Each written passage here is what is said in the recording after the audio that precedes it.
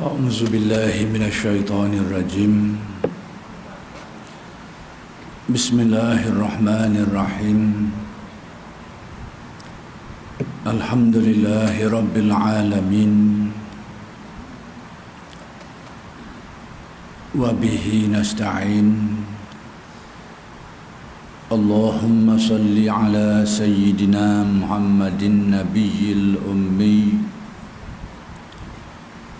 وعلى آله وصحبه وسلم رب اشرح لي صدري ويسر لي أمري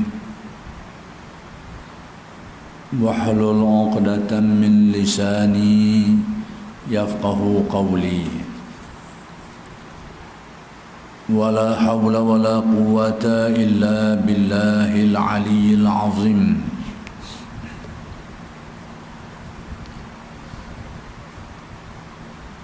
إلهي أنت مقصودي ورضاك مطلوبي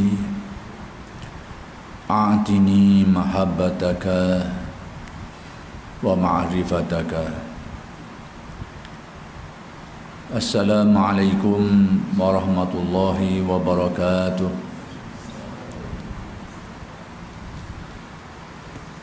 Alhamdulillah wa syukrulillah. Segala puji bagi Allah yang telah mengurniakan hidayah dan taufik. Mudah-mudahan kita sentiasa memperolehi kurniaan hidayah dan taufik daripada Allah Subhanahu wa taala. Dan insya-Allah pada malam ini akan disambung semula, akan disambung lagi pengajian kitab I'tiqad Ahlus Sunnah wal Jamaah,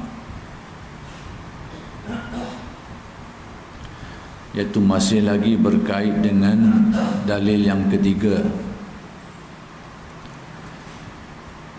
iaitu bersabda Nabi Muhammad sallallahu alaihi wasallam, sayakhruju qaumun fi akhiriz zamani ahdathul asnani sufahaul ahlam yaquluna min qawli khairil bariyah la yujawizu imanuhum hanajirahum yamrukuna minad dini kama yamrukus sahmu minar ramiyah fa aynama laqaitumuhum faqtuluhum. Akan keluar suatu kaum akhir zaman, yakni Nabi beritahu perkara yang akan datang akan keluar. Berarti di zaman Nabi perkara ini masih belum berlaku. Jadi ini sebahagian daripada wahyu yang diwahyukan kepada Nabi Muhammad sallallahu alaihi wasallam. Maka menerusi wahyu inilah Nabi dapat mengetahui dan dapat memberitahu perkara-perkara yang akan datang. Perkara-perkara yang akan datang ini termasuk perkara-perkara yang gaib. Dan asal bagi perkara yang gaib ini, iaitu tidak ada orang yang tahu tentang perkara gaib ini melainkan Allah. Itulah yang disebut di dalam beberapa ayat Al-Quran, bahawa tidak ada orang yang mengetahui tentang perkara gaib kecuali Allah. Itu adalah kenyataan yang bersifat umum ataupun perkara yang dianggap sebagai dasar dalam perkara ini. Tidak ada yang tahu tentang perkara gaib ini melainkan Allah.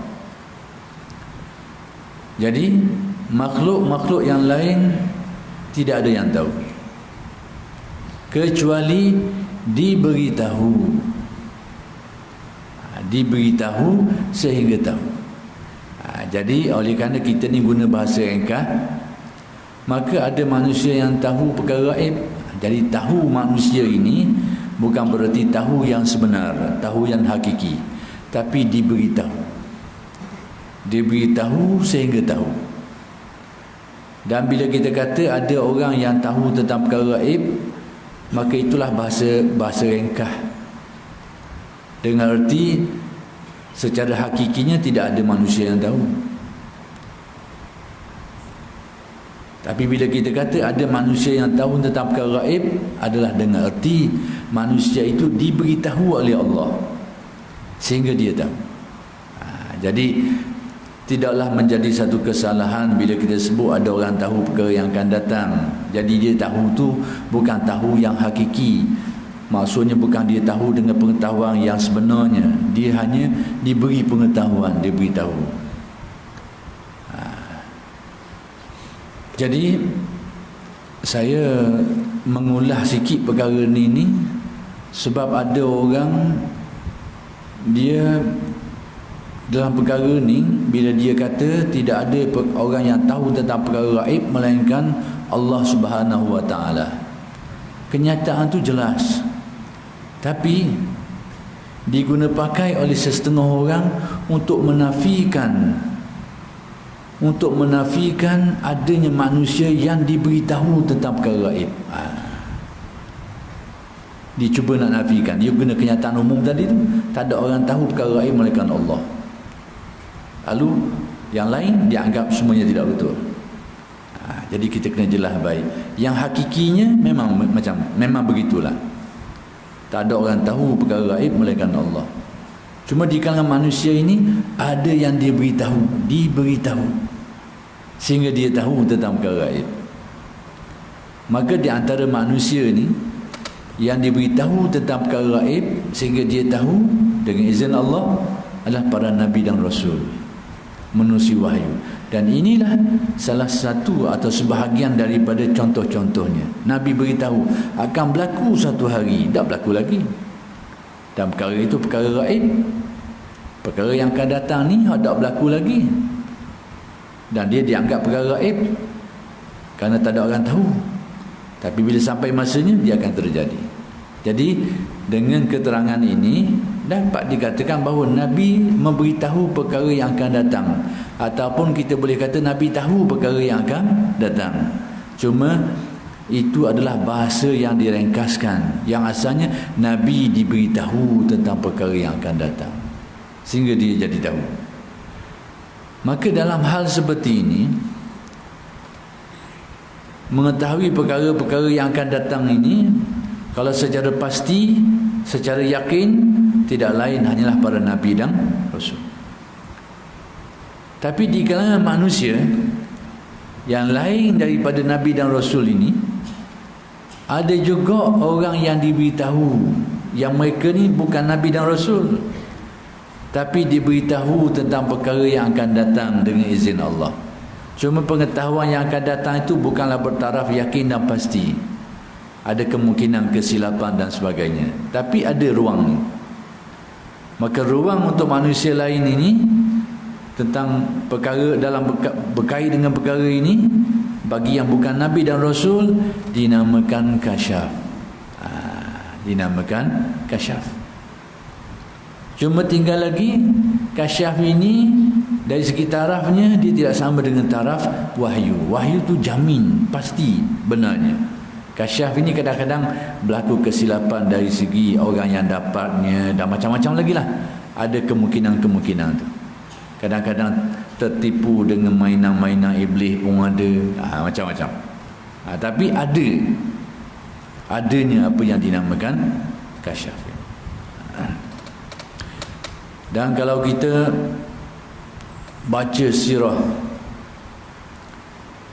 baca kisah hidup para wali, kita akan temui perkara-perkara seperti ini. Antara contohnya yang disebut di dalam kitab-kitab ahli tasawuf ataupun kitab-kitab lain lagi, iaitu melibatkan dua tokoh besar, iaitu Syekh Abu Yazid Al-Bustami dan Syekh Abdul Hasan Al-Kharqani. Satu ketika ni Syekh Abu Yazid Al-Bustami ni dia pergi ke suatu tempat namanya Kharqan, tempat kelahiran Syekh Abdul Hasan Al-Kharqani. Tapi pada masa tu Syekh Abu Hasan ni belum dilahirkan lagi, tak ada pun lagi.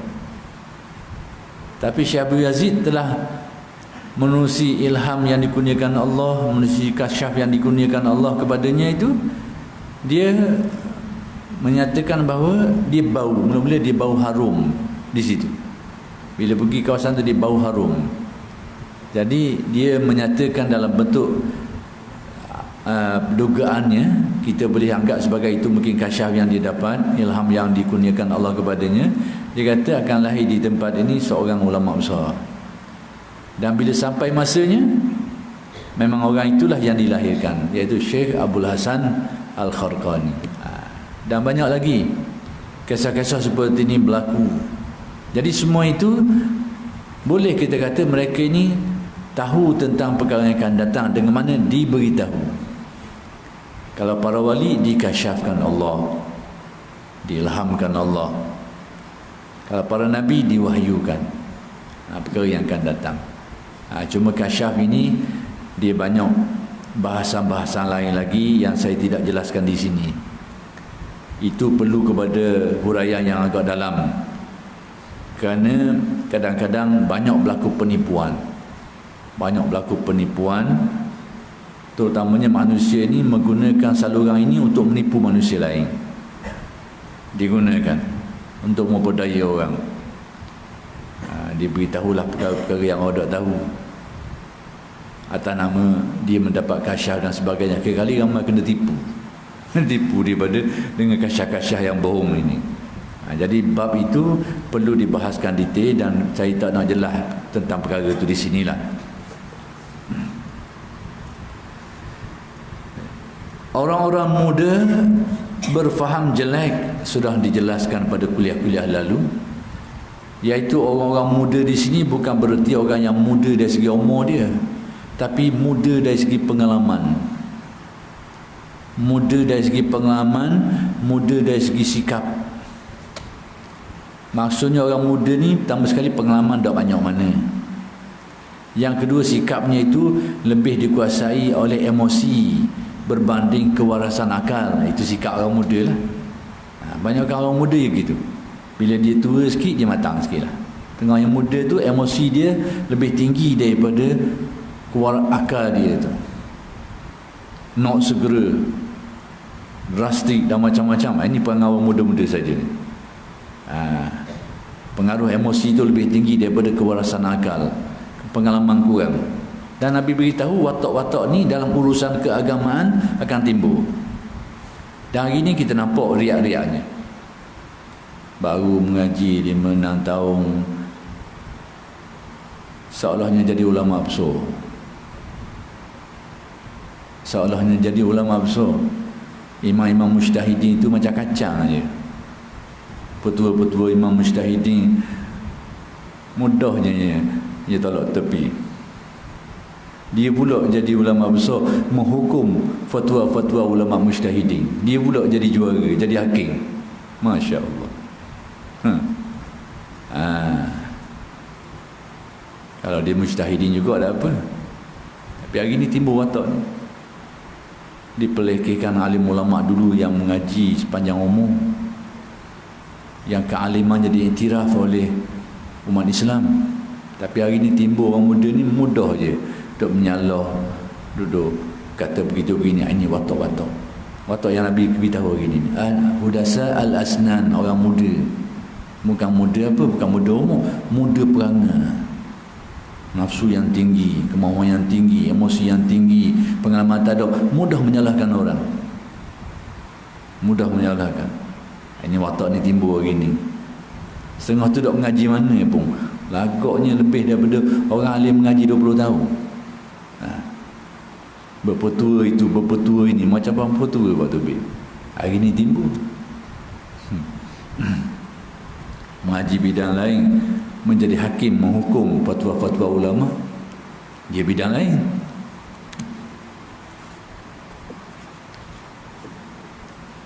Al-Imam Asy-Syafi'i ketika memberi fatwa tentang harusnya sunatnya berkunut pada solat subuh, ulama-ulama lain tidak bantah, sekalipun mereka beri fatwa lain. Mereka tidak bantah, tidak menyesatkan Syafi'i, tidak menyalahkan Imam Syafi'i, apatah lagi menyesatkan.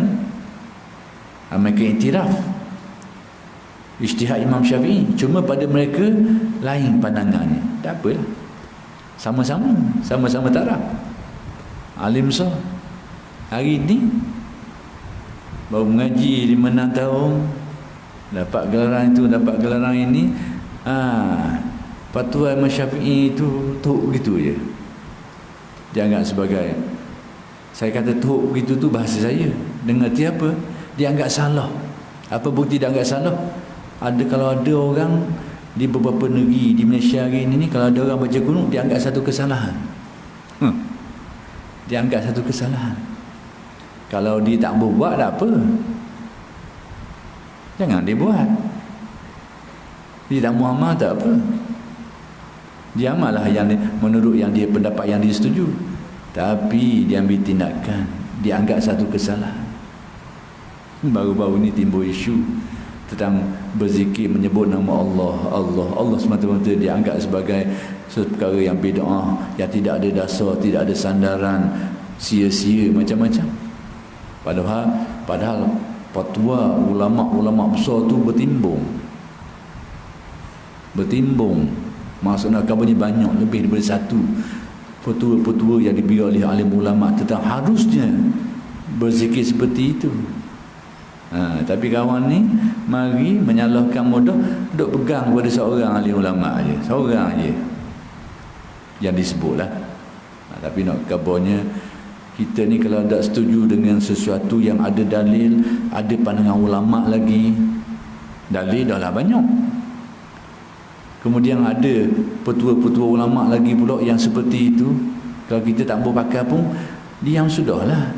Pakai, kalau kita nak pakai je lah. Tapi jangan menyalahkan dia, jangan membida'ahkan dia, jangan menganggap sia-sia. Jadi bila kita menganggap sia-sia, berarti kita menyalahkan fatwa ulama-ulama besar yang muktabar dulu, Al-Ghazali dan sebagainya, Syazili dan alim ulama besar-besar dulu. Bila kita mendekati benda tu sia-sia, salah, berarti kita menyalahkan. Dalam bahasa mudahnya, kita menyalahkan ijtihad ulama-ulama besar. Apatah lagi ijtihad mereka itu dengan dalil yang sangat soreh, terang dan nyata. Tapi dibuat oleh aling lah, kita tak nama aling lah, tak tahu aling setara mana, tak tahulah. Biar ini aling lah orang agaknya, dengan begitu mudah dia tolong. Ni gara-gara lah ni Hudasa al-Asnan, golongan muda, pengalaman tak banyak mana, tapi berasa banyak berasa banyak pengalaman. Nampaklah pandangan-pandangan ulama dulu rasa remeh lah. Ini jadi saya sebut ini supaya kita tahu senario hari ni lah. Timbul gelagak, timbul riak-riak dan gelagak hari ni Nabi sudah beri pedoman. Nak akan timbul ni, kita tengok je lah. Tengok bukan tengok apa, tengok pertama sekali kita yakin kebenaran apa yang Nabi beritahu. Yang kedua, tengok dengan hati, tengok berhati-hati. Jangan tengok pakai pula. Tengok kena berhati-hati. Berjaga-jaga. Sufaha al-ahlam sudah dijelaskan.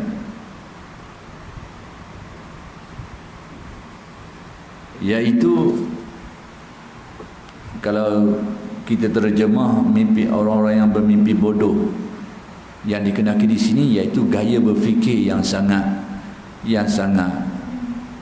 bercelaru, gaya berfikir yang terumbang-ambing, yang tidak berasas.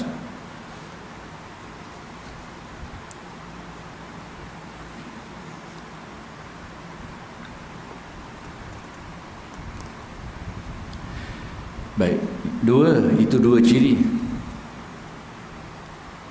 Mereka banyak mengucapkan perkataan khairil bariyah. Sifat yang ketiga yang Nabi tahu tentang golongan ini, kalau pertama tadi itu orang muda pengalaman kurang, emosi tinggi, ingin segera, pengaruh nafsu yang tinggi, kemauan yang tinggi, kemudian gaya berfikir yang sangat bercelaru, yang tidak ada prinsip yang kukuh. Yang ketiga ini, iaitu mereka ni banyak berdalilkan dengan kata-kata sebaik manusia. Apa kata-kata sebaik manusia? Tidak ada kata-kata yang lebih baik daripada kata-kata yang keluar melalui mulut Nabi. Yang keluar melalui mulut Nabi ni sama ada Al-Quran ataupun hadis. Jadi bahasa mudah, mereka bercakap selalu menggunakan dalil-dalil Al-Quran dan hadis. Apa-apa Al-Quran, hadis, Al-Quran, hadis. Bagus, bukan tidak bagus. Tapi bila campur dengan dua depan tu jadi tak bagus lalu. Al-Quran, hadis bagus. Tapi kalau dia ditafsir dengan gaya berfikir yang pendek, yang berkelaru, yang bercelaru ni, Al-Quran dan hadis jadi rosak dengan dua sikap ni.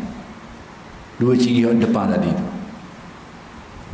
Gaya mudanya, kemudian gaya berfikir yang jelek, yang buruk, yang tidak standard, yang tidak ada asas yang kukuh ni, rosak Al-Quran dan hadis. Jadi rosak Al-Quran dan hadis ni yang dijadikan sebagai bahan bicaranya bukan benda tu yang rosak, tapi kerana cara perkara Al-Quran dan hadis tu ditafsir, difahami, jadi rosak.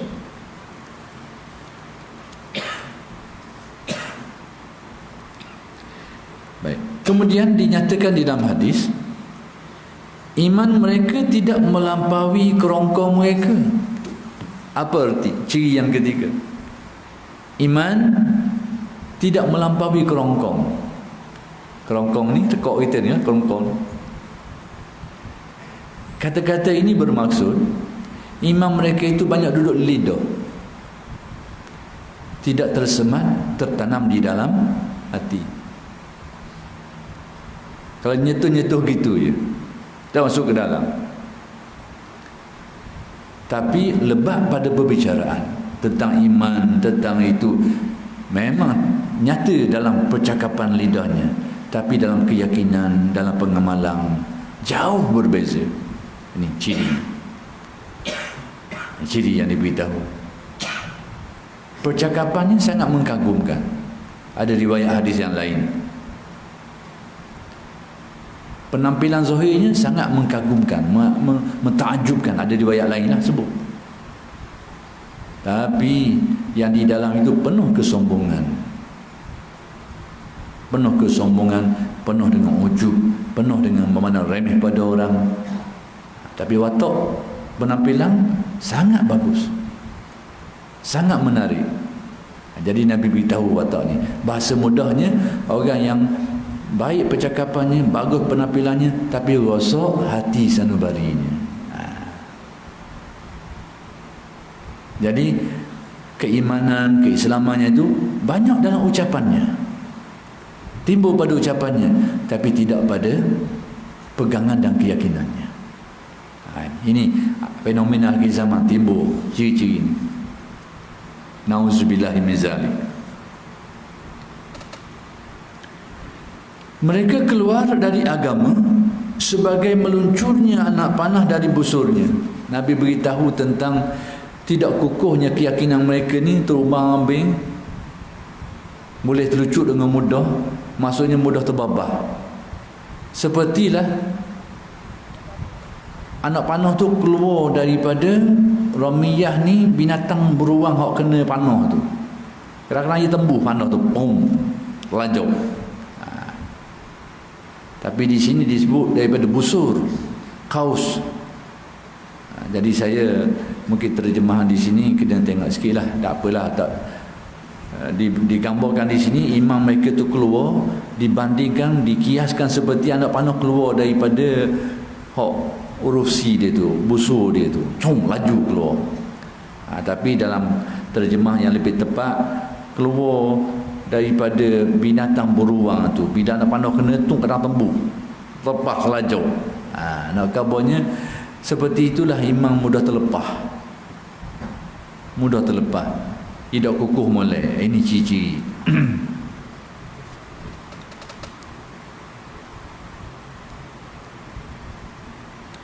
Baik, kalau orang-orang ini berjumpa denganmu, lawanlah mereka, kata Nabi. Kalau kamu, kata Nabi, berjumpa dengan orang-orang golongan yang ada ciri-ciri ini, hendaklah kamu lawan mereka itu. Hadapi mereka. Disuruh supaya hadapi mereka, lawan mereka itu. Kenapa? Mereka membawa kerosakan dalam urusan keagamaan. Membawa kerosakan dalam urusan keagamaan.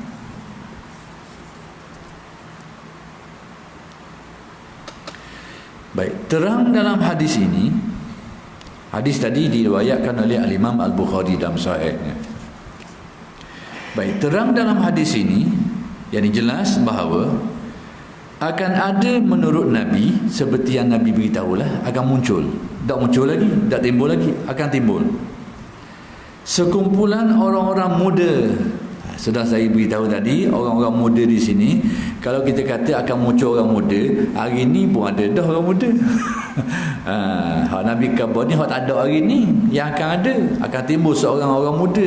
Jadi kalau kita kata orang muda dengan mana orang muda, tak tepatlah. Sebab apa? Orang muda sudah ada sejak dari dulu lagi. Orang muda ni sudah ada. Jadi orang muda yang akan timbul ni berarti bukan orang muda seperti yang kita faham. Orang muda dari sudut yang lain. Bukan orang muda dari segi umur dia tu.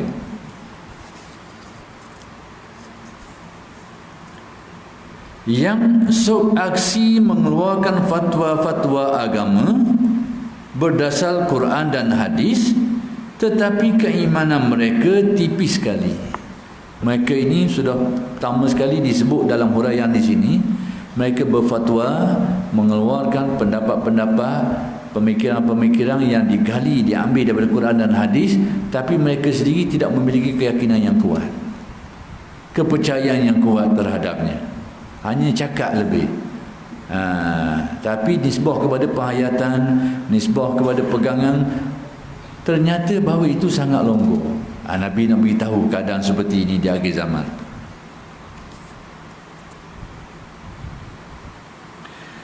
Dan bahkan keimanannya keluar dari dirinya secepat keluarnya anak panah dari busurnya.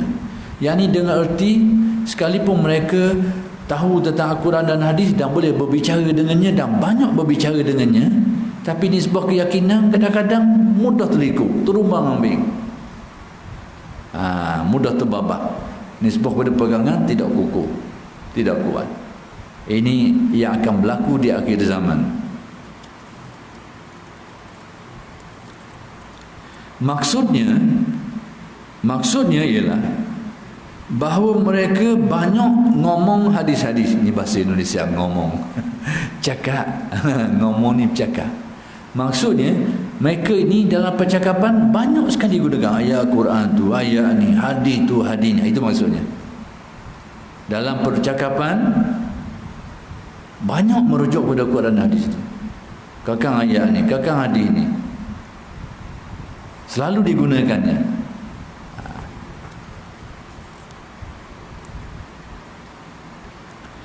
Tetapi mereka tidak beragama. Dari segi penghayatan dan keyakinan, sebahagiannya itu tak pegang langsung. Itu kita faham orientalis lah. Mereka bukan saja tahu tentang agama, bahkan boleh menulis kitab dalam agama. Kita ni orang Islam ni rojok pula, pakai pula kitab tu. Sedangkan sikit pun tak ada kepercayaan. Ini satu kelompok. Tetapi termasuk juga di sini orang yang banyak berbicara tentang agamanya, Al-Quran dan hadisnya, tapi keyakinannya bukan tak ada, tapi nipis dah lalu. Syubhah sikit, pong terbalik, terlucu. Ini sebab keyakinan tidak kukuh, tidak teguh.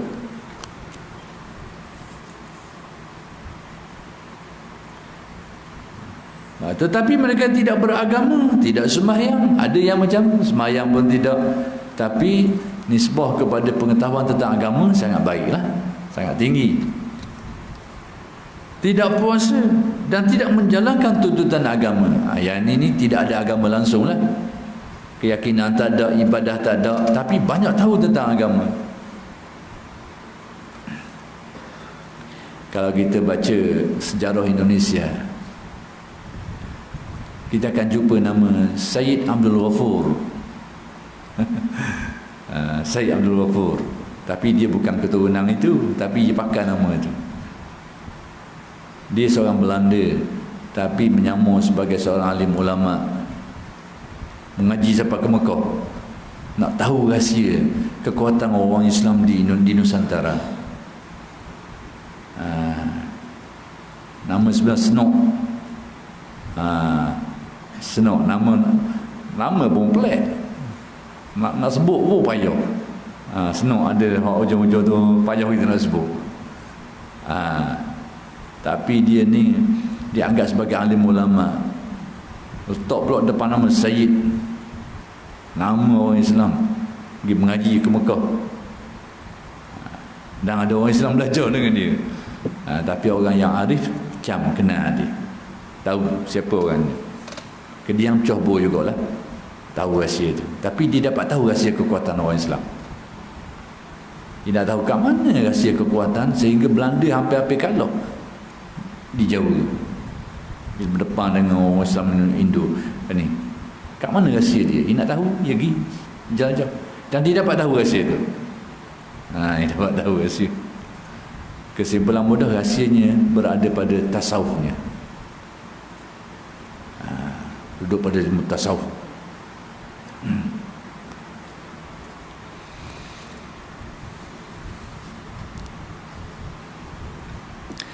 Yang keempat, bersabda Nabi Muhammad sallallahu alaihi wasallam, sinfani min ummati laisa lahuma fil islami nasibun, al-murji'atu wal qadariyah. Artinya, ada dua firqah, ada dua kelompok, ada dua golongan dari umatku. Nabi kira anggap sebagai umat juga, umat dia, tapi umat yang terbabah, yang terpesong, yang pada hakikatnya mereka tidak sangkut paut dengan Islam. Hakikat sebenarnya mereka ini seolahnya bukan Islam lah, tapi dianggap masih duduk dalam pagar orang-orang Islam. Dua golongan ni. Tapi kalau kita nak kira detail, tak termasuk. Tapi oleh kerana dia ni ada ciri-ciri lain, maka dikira dalam kelompok umat Islam jugalah. Tapi kalau cek sungguh, tak lulu. Tak lulu. Baik, siapa mereka ni? Iaitu kaum Murji'ah dan kaum Qadariyah. Ada dua golongan. Satu disebut Murji'ah, satunya Qadariyah. Siapa Murji'ah? Iaitu orang yang hanya dirasa cukup dengan iman saja, tak payah amal soleh, tak payah buat amal apa-apa, padang dengan iman saja, tak perlu beramal lagi, cukup dengan iman. Ini kelompok antara antara dasar berfikir ataupun dasar pegangan kelompok Murji'ah ni. Padang beriman je, amal-amal tak perlu lagi, memadai. Itu kelompok Murji'ah. Qadariyah iaitu golongan yang mengatakan bahawa tidak ada takdir atas kita belaka, atas perancangan kita, atas usaha kita, atas tindakan kita. Tak ada takdir Tuhan. Kita boleh menentukan segala-galanya. Ini gaya berfikir Qadariyah. Dia nafikan takdir, dia menafikan kuasaan Tuhan, dan dia menisbatkan manusia ini berkuasa penuh melakukan apa saja. Ini adalah kelompok Qadariyah. Jadi Nabi kata dua golongan ini, Murji'ah dan Qadariyah, dua-dua ini pada hakikatnya tak ada kaitan pun dengan Islam. Tapi oleh kerana mereka ini ada ciri-ciri keislaman dia tu, mereka juga kadang-kadang bersyahadah gini-gini, maka dikira sebagai duduk dalam kelompok umat Islam. Tapi kalau kira dari segi keyakinannya rosak, maka macam mana macam ni, yang ini kita serah kepada Allah lah. Yang penting kita tahu kat mana nyakit dia ni, supaya apa? Supaya jangan jadi pegangan kita. Jadi saya sebut balik, kalau Murji'ah ni iaitu satu golongan yang hanya rasa cukup dengan beriman saja, tak payah beramal lagi dah. Kita sekarang, pegangan kita sekarang, kepercayaan iman ini asas. Amal itu satu kewajipan. Orang yang tidak beramal, kalau dia ada iman, masih ada harapan, ada asas untuk dia masuk syurga lagi. Tapi tinggal lagi bila dia tidak beramal dengan amal-amal soleh ni, dia berdosa dengannya. Dia akan dibalah dulu dosa-dosanya itu, tapi imannya itu akan menyelamatkan dia daripada kekal di dalam neraka. Murjiah ni dah, dia kata tak apa, asalkan ada iman je, tak ada lain tak apalah, padang waktu je. Kita rasa tak padang. Kalau Ahlus Sunnah gini tak padang, maksudnya kalau dia tak beramal soleh, dia akan dibalah dengan neraka, dia anggap dosa. Tapi dengan imannya itu, dia tidak akan kekal di dalam neraka. Qadariyah ni pula tak ada takdir. Sedangkan itu salah satu di antara rukun-rukun iman. Antumina bil qadari khairihi wa syarri. Kau percaya kepada takdir Allah sama ada baik atau buruk. Jadi Qadariyah ni pada dia tak ada takdir. Ya, kalau Tuhan sudah takdirkan apa-apa, dah benda guna kita usaha lagi, dia takdir lagi dah. Dia faham apa tu. Kalau sudah ditakdirkan, dah suruh buat benda lagi, dia takdir dah. Ini selalu kepahaman. Nanti kita bila sampai bab qada dan qadar, saya akan detailkan, jelaskan lagi tentang perintah syarak dengan takdir Tuhan. Macam mana kita nak sikukan antara dua tu, antara perintah supaya beribadah dengan takdir yang ditetapkan Allah. Dia tak berlawang. Cuma kita tak pandai ni nampak berlawang. Kita tak jelas ni nampak berlawang. Pening ni sebab kita sendiri tak jelas mana. Kat mula, ya suruh, ya takdir, ya suruh, ya takdir. Akhir kali bingung gitu jadi. Jadi dua perkara ni sebenarnya tidak berlawanan, boleh diserasikan. Cuma bagaimana nak diserasikan, nanti bila sampai bab takdir kita akan jelaskan.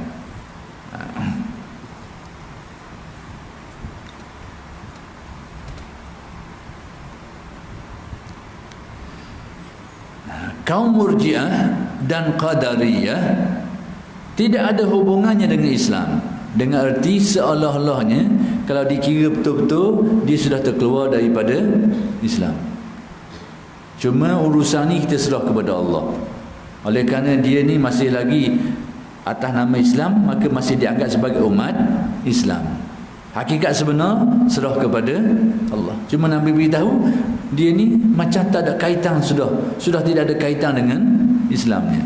Cuma kita ni saja tak boleh nak laju-laju sangat. Nak menetapkan. Cuma kita beritahu je. Kalau gini maka boleh menyebabkan rosak agama. Keadaan sebenarnya serah kepada Allah. Yang kelima, insya-Allah. Selesai. Yang kelima dan sabda Nabi an Huzaifah qala qala Rasulullah sallallahu alaihi wasallam likulli ummatin majus wa majusu hadhihi al-ummah alladhina yaquluna la qadara man mata minhum fala tashhadu janazatahu wa man marida minhum fala ta'uduhum wa hum syi'atud dajjal wa haqqun 'ala Allahi an yulhiqahum bid dajjal. Riwayat rawahu Abu Dawud. Dari Huzaifah radhiyallahu anhu. Huzaifah Ibnul Yaman ni dia pelik sikit daripada sahabat Nabi. Dia banyak tahu apa yang orang lain tak tahu. Dia menyimpan banyak rahsia. Banyak rahsia-rahsia Nabi letak ke dia, simpan ke dia. Antaranya rahsia orang-orang munafik ada pada Huzaifah bin Yaman. Dan banyak lagi lah rahsia-rahsia lain. Jadi disimpan oleh dia dan orang lain tak tahu. Dah boleh ke gitu? Kadang-kadang timbul salah faham kita. Kalau gitu Nabi dah ajar secara semua lah, dah ajar habis lah. Dia ajar ke orang ni seorang je. Kita kena tahu ada benda yang mesti diajar kepada semua orang, ada benda yang boleh untuk tidak diajar kepada orang dan diajar kepada golongan tertentu saja ada. Dan ini tidaklah bererti menyembunyikan wahyu. Kita tengok wahyu ni, jadi apa-apa yang wajib diberitahu Nabi sampaikan semuanya. Dan ada benda-benda yang Nabi tak beritahu pada semua orang. Antaranya beberapa rahsia yang disimpan oleh Huzaifah bin Yaman. Benda tu tak perlu orang tahu. Dan Nabi tak beritahu kepada semua orang. Dan ini bukan berarti Nabi menyembunyikan. Kena faham konsep ni, kaedah ni. Contohnya saya nak beritahu. Baik, Sayyidina Umar dalam hal senarai orang-orang munafik ini tak ada dalam pengetahuan Sayyidina Umar.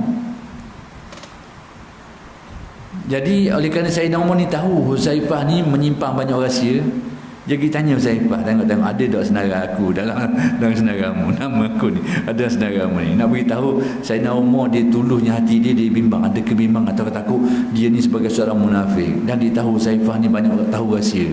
Jadi dia cuba nak korek rahsia daripada Huzaifah. Ada tak nama aku dalam pengetahuanmu? Termasuk sekali. Sebab begitulah.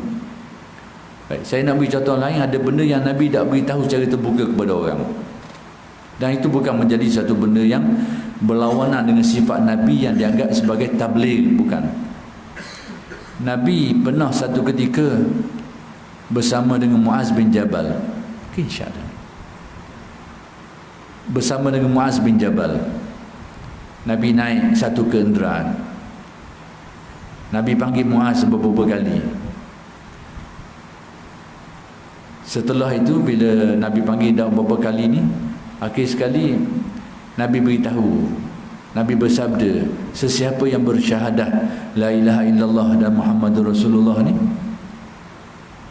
dan syahadahnya itu sidqan min qalbi, memang betul-betul tuluh dari dalam hati dia, syahadah perakuan bahawa tidak ada Tuhan selain Allah dan Muhammad itu Rasulullah.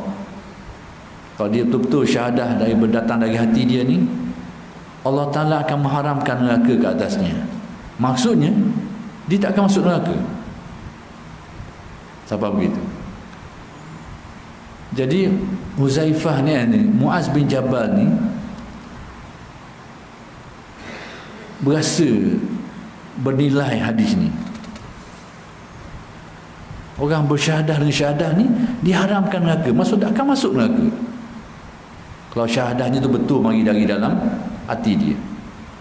Jadi Muaz ni sangat merasa bernilai hadis ni sehingga dia tanya Nabi, boleh tak aku nak khabar kau orang hadis yang kau beritahu kepada aku ni, boleh tak? Apa jawab Nabi? Izan yattakilun, kalau mau cerita kat orang, nanti manusia akan salah pegangan. Salah pegangan macam mana? Nanti masing-masing guna modal ni, dia buat jahat hidup ni, dia tak perintah Allah tidak dilaksanakan, buat jahat dengan harapan nak mati lagi, kita bersyahadah lah. Jadi dibimbangi ada orang pegang macam tu. Masa hidup ni dia buat salah, buat maksiat, buat kejahatan, dengan harapan bila nak mati lagi kita bersyahadah seperti yang disebut tadi tu, maka diharamkan neraka. Selesai. Jadi Nabi bimbang ada orang faham macam tu. Maka Nabi kata izan yattakilun, kalau memberitahu dibimbangi ada orang salah faham macam ini. Maka sebab tu Muaz tidak meriwayatkan hadis ni kepada orang lain, tidak khabar. Bila? Kecuali bila ia nak mati. Bila dia nak mati baru dia khabar ke orang hadis yang didengar daripada Nabi ni. Itu pun dia rasa macam campur dengan salah sikit. Ta'assumah ni dia rasa macam salah sikit. Jadi Nabi tak larang secara jelas, tapi Nabi tak suruh. Jadi macam tergantung sikit. Jadi Muaz akhir sekali khabar juga ke orang, meriwayatkan ikut hadis ni, dan kadang merasa ada macam kesalahan, rasa macam silap sikit. Tapi taklah silap sebab Nabi tak larang secara direct. Tapi Nabi taklah buka ruang secara terbuka. Dia tak macam tengah-tengah sikit. Itu contoh. Jadi oleh kerana sudah masuk waktu Isyak, kita bertistakan dulu. dan insya-Allah akan bersambung pada kali-kali yang akan datang. Aqulu qawli hadza wa astaghfirullahal azim li wa lakum. Assalamualaikum warahmatullahi taala wabarakatuh.